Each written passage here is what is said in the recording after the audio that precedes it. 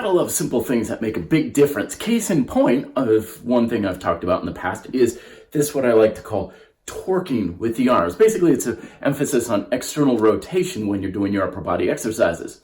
But this little simple warm-up can make it a lot easier to hone that in and improve the quality of all of your pushing exercises. By the way, this is a little tidbit that I picked up from following the GMB Elements program that I've been following for about a week and a half now. Fantastic program, highly recommended to improve things like your motor control in your upper body.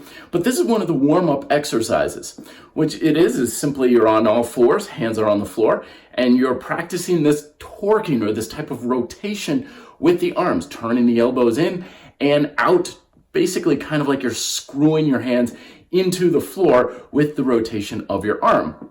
But the key takeaway for today is practice this before your pushing exercises, maybe even before every single set.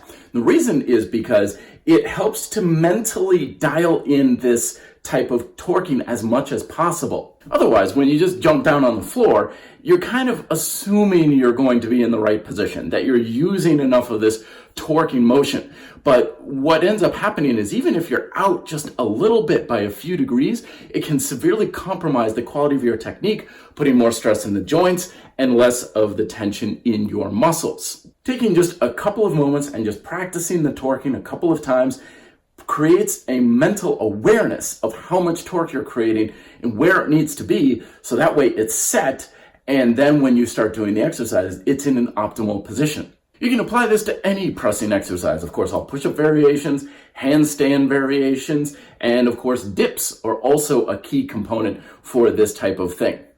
So play around with it the next time you're doing your pressing exercises, and let me know if you have any other pushing tips and techniques down below that can help out the RDP community. I'd love to hear from you. Be fit, live free.